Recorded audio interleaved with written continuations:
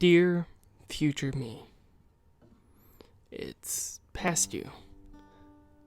I just want to talk. So, today you went to work as normal. You woke up really early at like 5:50 for some strange reason. But you felt rested enough, so you stayed up. You played on Facebook for a little bit. But the night before, you actually set up the Facebook page and YouTube page for where you're going to be uploading these videos, and you were kind of feeling discouraged, kind of like how my last letter was, because none of your videos were getting really any views, like zero, other than what you'd been viewing them for. Because while these are in fact letters to me, I still kind of want other people to hear, so it's not just like me talking to myself. I feel a little pointless, but maybe it won't be. Maybe the future me is looking back at all this and liking the insight. I really just started this experiment just to get things off my chest, because I know that it's hard for me to read back in journals that I've written. Maybe hearing myself speak it will make it better, make it more real. Make it as real to the me of the future as it feels to the me of the past. Anyway, so you did that, and then you invited people to like your Facebook page, and surprising amount of them actually liked the Facebook page, and you got really excited. Like, you went to sleep very happy last night. You couldn't really contain your joy. And it was on your face all day today as well, at work. And then you came home and started thinking about your next Dear Future Me video. And you were like, alright, what do I want to be on the screen? On the screen. You thought about it, and you thought about what you wanted to do. So you went to Hobby Lobby, right? You went to Hobby Lobby to see if you can find really fancy paper.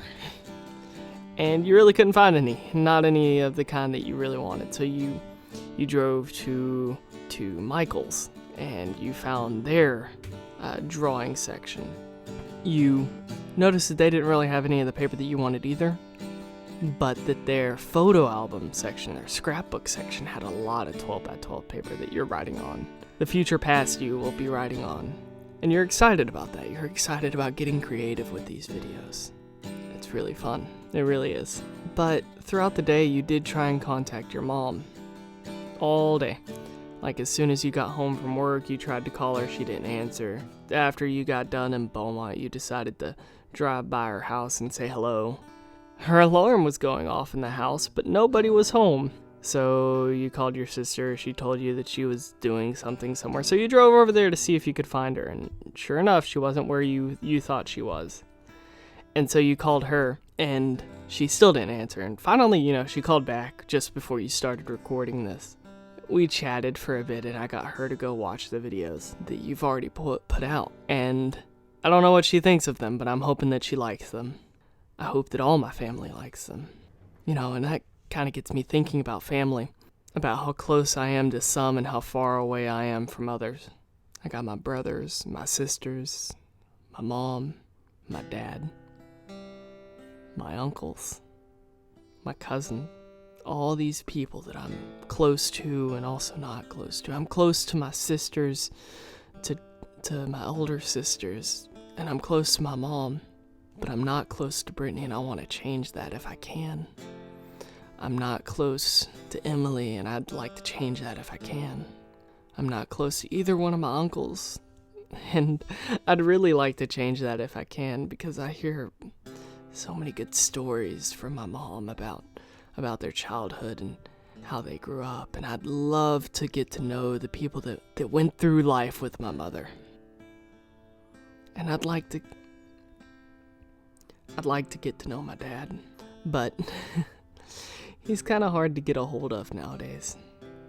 I hear my mother talk warmly about the man that he used to be, the man before he got twisted, and I really want to see him. I want to see that man. I want to see the parts and the stories that my mom told of kindness, of respect, the things that I feel like he actually passed on to me in some weird way. But you know, it's just some musings of a boy wanting to know his father a little bit better. Sure, you have your stepdads, but it's not quite the same as getting to know your dad, your actual dad. So, future me, I have a question for you. As the past me endeavors to try and become closer and closer to the family that he's far from, his brothers, his sister, his cousin, his uncles, his dad, how far have you come? If you haven't come far, then why haven't you? What do you plan on doing to change that? If you've tried, what hasn't worked? But try again. If it hasn't, please try again. You don't want to lose any of your family members and feel some sort of regret, because family is something that you can't really live without.